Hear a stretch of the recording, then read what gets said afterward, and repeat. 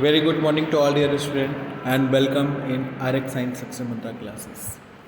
I hope आप सब बहुत अच्छे होंगे और as promise to all of you ये वीडियो मैं diploma in pharmacy first year and B pharm first year के एनालिसिस का इम्पॉर्टेंट टॉपिक इसमें मैं आपको बताने जा रहा हूँ.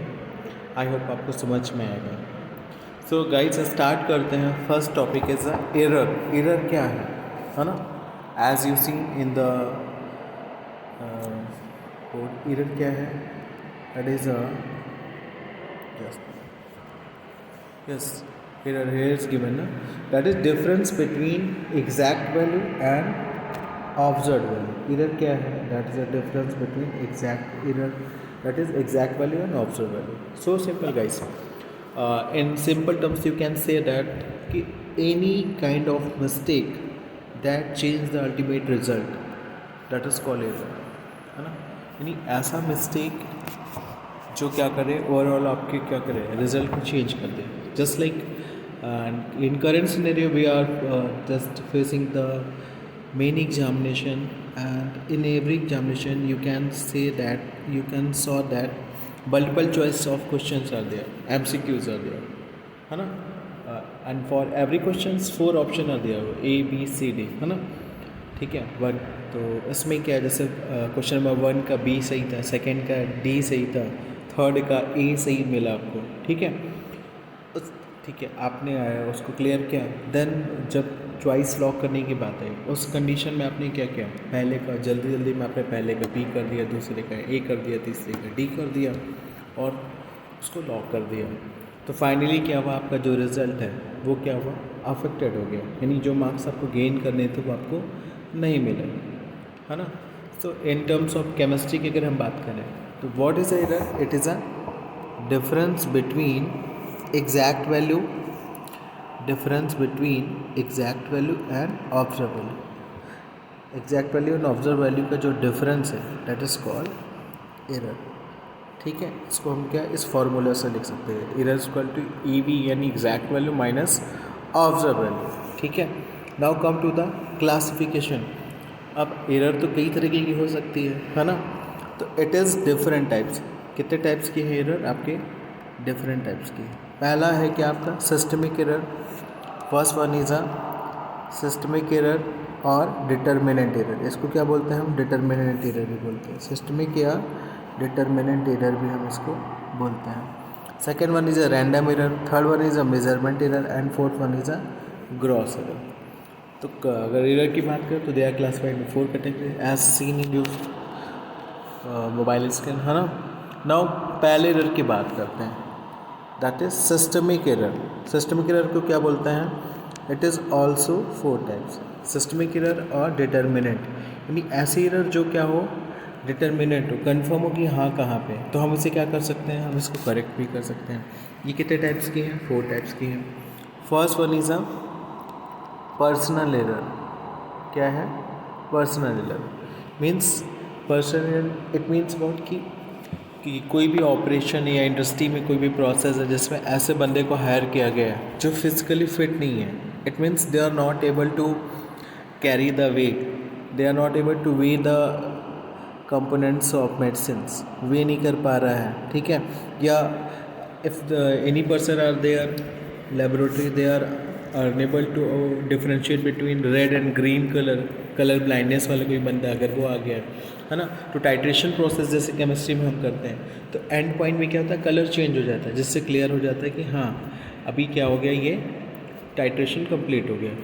तो पर्सनल एरर में क्या होगा ऐसी एरर है जिसमें ऐसे बंदे होंगे जो एक इंसान के थ्रू होगी है ना जिसमें उसकी फ़िज़िकल एक्टिविटी क्या हो गई उसमें प्रॉब्लम होगी जिसकी वजह से ये पर्सनल एरर हो सकती है. तो सच टाइप पर इज कॉल्ड सिस्टमिक यानी कन्फर्म है क्या है. तो ऐसे तो हम इसे क्या कर सकते हैं यानी ऐसे बंदे को हम क्या कर सकते हैं हटा के उसकी जगह दूसरे बंदे को रखना जो परफेक्ट हो जो उस प्रोसेस को कर सके. ठीक है. सेकेंड हम बात करते हैं guys operational error. Operation error नहीं ऐसी एरर है ये जब इंडस्ट्री में कोई भी प्रोसेस होता है मीन्स कैप्सूल बन रही टैबलेट बन रही सिरप का फॉर्मुलेशन हो रहा है. ठीक है. उस कंडीशन में जब वेट करते समय जब प्रॉब्लम आ रही है या सॉल्यूशन को ट्रांसफ़र करते समय, है ना, मीन्स जितना 50 ml चाहिए था 20 ml चाहिए 10 ml चाहिए था, उसके लिए उसने 10 ml ट्रांसफ़र किया, ठीक है। तो such type of error are also called as operational error. So simple है। Third one is a instrumental error. तीसरी कौन सी है आपकी? Instrumental error. इंस्ट्रूमेंटल एरर यानी नाम से लग रहा है कि इंस्ट्रूमेंट में अगर कोई प्रॉब्लम, मीन्स वेइंग बैलेंस हो गया, ठीक है, कैलकुलेटर से जब आप कैलकुलेट कर रहे हैं उस समय प्रॉब्लम हो रही है, ठीक है। तो इसमें हो सकता है डैमेज कैलकुलेटर का यूज़ हो या डिसबैलेंस वेइंग मशीन, ठीक है। वे करते समय पता चला उसका जो बैलेंस है वो क्या था, ऑलरेडी डिसबैलेंस है। 500 मिलीग्राम हमें वे करना था, बट ऑलरेडी उसमें क्या था, -20 मिलीग्राम उसमें सेट था, ठीक है। या वेइंग बैलेंस हम लोग लैब में भी करते हैं, अगर दोनों ठीक से बैलेंस नहीं है वेइंग बैलेंस मशीन, ठीक है, तब हम अगर वे कर लेते तो डेफिनेटली क्या होता है, डिफरेंट आता है, ठीक है। तो इंस्ट्रूमेंटल एरर कैसे हो कि ऐसे एरर जो क्या हो किसी इंस्ट्रूमेंट में प्रॉब्लम की वजह से आई हो, ठीक है। And next one is a last है आपका मैथोडिक एरर। कैसे error? Methodic error. It means wrong method और इंडिकेटर्स। जब आप कोई रॉन्ग मैथड यूज़ कर रहे हैं, ठीक है, मीन्स अगर टैबलेट का फॉर्मुलेशन करना है या सिरप का फॉर्मुलेशन करना है, ठीक है, तो फर्स्ट ऑफ ऑल पहले क्या करना होगा, हमें हाइजीन मेंटेन करके चीज़ें करना है, ठीक है, ठीक है। जैसे एमॉक्सिन कैल्वेनिक एसिड का फॉर्मुलेशन करना है तो उस कंडीशन कितना एमॉक्सिन कितना कैल्वेनिक लेके फिर उसको मिक्स करना है, फिर कैप्सूल में या टैबलेट के फॉर्म में हमें उसे फिर ड्राई करना है, एयर से बचाना है, बहुत सी चीज़ें हैं उसमें, ठीक है। तो अगर आपने वो प्रोसीजर फॉलो नहीं किया, रॉन्ग मेथड आपने यूज़ किया, तो क्या होगा, पूरा का पूरा प्रोडक्ट ही आपका वेस्ट हो जाएगा, ठीक है। जैसे टाइट्रेशन में हम इंडिकेटर का यूज़ करते हैं, तो अगर मेथाइल ब्लू की जगह ऑरेंज यूज़ कर लिया, ठीक है, यानी पूरा क्या होगा, जो मेथड आपने यूज़ किया है, प्रोसेस यूज़ किया, पूरा ही गड़बड़ हो जाएगा। तो such type of error is called as methodic error, ठीक है। Now come to the next. अब पी है तो सिस्टमिक और डिटर्मिनेंट एरर 4 टाइप्स की हो गई। अब हम बात करते हैं रैंडम एरर की। रैंडम एरर इसे और क्या बोलते हैं हम, इनडिटर्मिनेंट एरर। रैंडम एरर और इनडिटर्मिनेट एरर, इस नाम से भी इसको जानते हैं, ठीक है। आइए इसके बारे में समझते हैं। जैसे कैसी ये एरर कैसे होगा, जैसे टेम्परेचर चेंज हो गया अचानक ही, क्या हुआ, क्लाइमेट चेंज हुआ जिसकी वजह से क्या हुआ, टेम्परेचर फ्लक्चुएट किया, प्रेशर चेंज हो गया, सीज़न चेंज हो गया, ठीक है। इसकी वजह से जो एरर आती है, ह्यूमिडिटी, जैसे पाउडर वगैरह फॉर्म कर रहे हैं, ठीक है, अगर ह्यूमिड इन्वायरमेंट रख दिया तो ऑटोमेटिक क्या होगा, उसका वे जो है बढ़ जाएगा, उसकी जो क्वालिटी वो क्या होगी, डिस्ट्रॉय हो जाएगी, कम हो जाएगी। तो ऐसी एरर को हम क्या बोलते हैं, रैंडम एरर बोलते हैं। Next one is a measurement error, ठीक है। मेजरमेंट एरर कैसे होगा, कब होगा, it occurs due to wrong calculation. अगर आपने कैलकुलेशन ही क्या किया है, गलत किया हुआ है, क्या किया हुआ है, गलत किया हुआ है, ठीक है, तो ऑब्वियस मेजरमेंट में क्या होगा, यदि कैलकुलेशन गलत किया तो आप पता चल लेना था 250 मिलीग्राम, आपने ले लिया 230 मिलीग्राम, है ना। तो देखा जाए तो ऐसी एरर को हम क्या बोलते हैं, मेजरमेंट एरर बोलते हैं। सो सिंपल गाइस, समझ में आ रहा होगा। तो last one is a gross error. क्या बोलते हैं इसको, ग्रॉस एरर, यानी it occurs due to uses of wrong formulation. अगर आप रॉन्ग फार्मूला या रॉन्ग मेथड का यूज़ करते हैं, it occurs due to uses of wrong formula, यानी अगर आपने रॉन्ग फार्मूला यूज़ किया या रॉन्ग मेथड यूज़ किया तो क्या होगा, पूरा ओवरऑल जो प्रोडक्ट का फॉर्मुलेशन होना था, पता चला आपको आई ड्रॉप बनाना था, सिप्रोफ्लॉक्स आई ड्रॉप बनाना था, पता चला आपने सिप्रोफ्लॉक्सासिन या अमोक्सिसिलिन उसमें डाल दिया, ठीक है, फार्मूला ही आपने गलत ले लिया। तो सच यानी क्या हुआ, पूरा ओवरऑल प्रोडक्ट क्या हो गया, डिस्टर्ब हो गया, डिस्ट्रॉय हो गया। तो ऐसी एरर को हम क्या बोलते हैं, ग्रॉस एरर बोलते हैं। आई होप समझ में आया होगा। नेक्स्ट एग्जाम्पल्स इसको समझते हैं।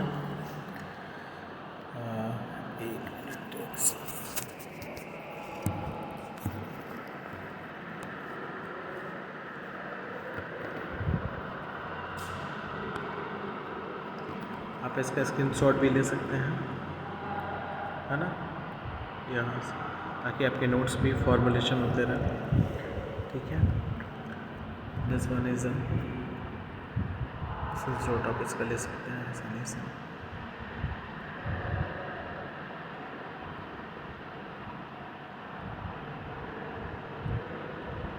ओके, नेक्स्ट हम एग्जाम्पल की बात करते हैं। एग्जाम्पल से आपको आई होप और जल्दी समझ में आ जाएगा कि in an apple actual content of carbohydrates, एक एप्पल लिया जिसमें कार्बोहाइड्रेट्स का एक्चुअल जो कंटेंट था कितना था, that was the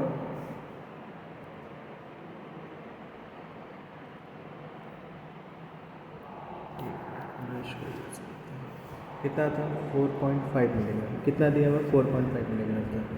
end if any analyst, यानी कोई एनालिस्ट आया और उसने क्या किया, एनालाइज किया, आइडेंटिफाई किया क्या, the Apple content and determined the carbohydrate content. उसने एनालाइज किया, एनालिस्ट आया, उन्होंने एनालाइज किया कि उस एप्पल में जिसमें 4.5 मिलीग्राम होना चाहिए था बट कितना मिला उनको 4.2 मिलीग्राम। देन पूछा डिटरमाइन द एरर, ठीक है, एनालिस्ट ने उसको एनालाइज किया और उन्हें क्या आइडेंटिफाई मिला कि 4.2 ग्राम है।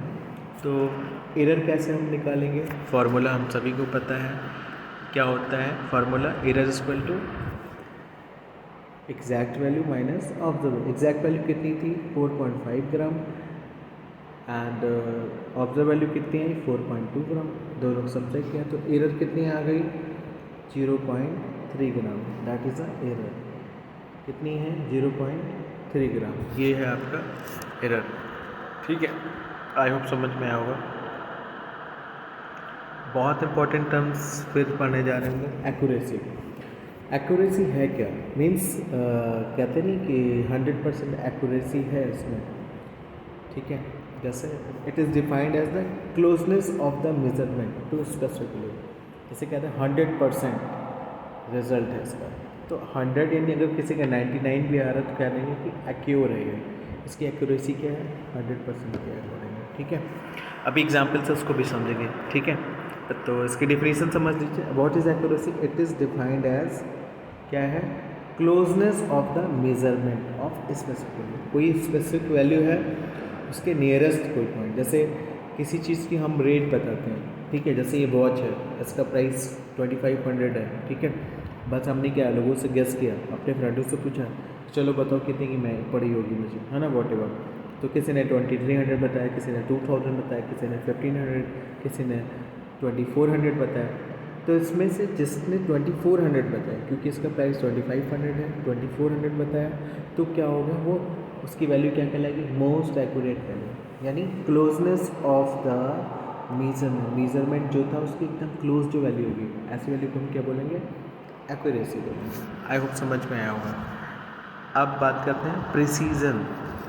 प्रिसीजन, ठीक है, व्हाट इज़ प्रिसीजन, प्रिसीजन क्या है, यानी it is defined as concordance of series of agreement of the same quantity. जब सेम क्वांटिटी बार बार रिपीट होती है तो उस क्वांटिटी को हम क्या बोलते हैं, प्रेसाइज क्वांटिटी, या क्या है, मोस्ट टाइम रिपीटेड क्वांटिटी, ऐसी क्वांटिटी बार बार रिपीट हो रही है, ठीक है। इसको नीचे एग्जांपल समझते हैं। एक एग्जांपल इसमें आपको प्रिसीजन और एक्यूरेसी दोनों समझ में आ जाएगा, ठीक है। क्या है इसका, राम हैज़ परचेज्ड, राम ने क्या किया, परचेज किया, राम परचेज अ शर्ट, क्या किया इसने, एक शर्ट परचेज की फॉर रुपीज़ कितने की 3000, कितने की है 3000 की इसने शर्ट परचेज की। When he meet their friends, जब वो अपने फ्रेंड से मिला, कौन कौन फ्रेंड थे उनके, गोलू है, सोनू है, रिंकू है, रुचि, प्रिया, शुभम, है ना, सारे फ्रेंडों से मिला उसने। And he told them to guess the price of shirt, ठीक है। वही जैसे मैंने वॉच का एग्जाम्पल है वैसे ही लिख के बता रहा है कि रामू है या आप ही अपने कोई चीज़ परचेज़ करते हो तो अपने दोस्तों से आप गैस करने के लिए करते हैं। तो वैसे ही राम ने क्या की, शर्ट परचेज़ की जिसका प्राइस था 3000, ठीक है, और अपने फ्रेंडों से बोला कि ठीक है आप लोग गैस करो कितने का होगा, ठीक है। तो डिफरेंट जो फ्रेंड थे सब ने अपना अलग अलग व्यू दिया, ठीक है। अकॉर्डिंग टू गोलू कितना उन्होंने 2100 बताया, सोनू ने 3500 बताया, ठीक है, रिंकू ने 2900 बताया, प्रिया ने 2100 एंड शुभम ने 2100, ठीक है।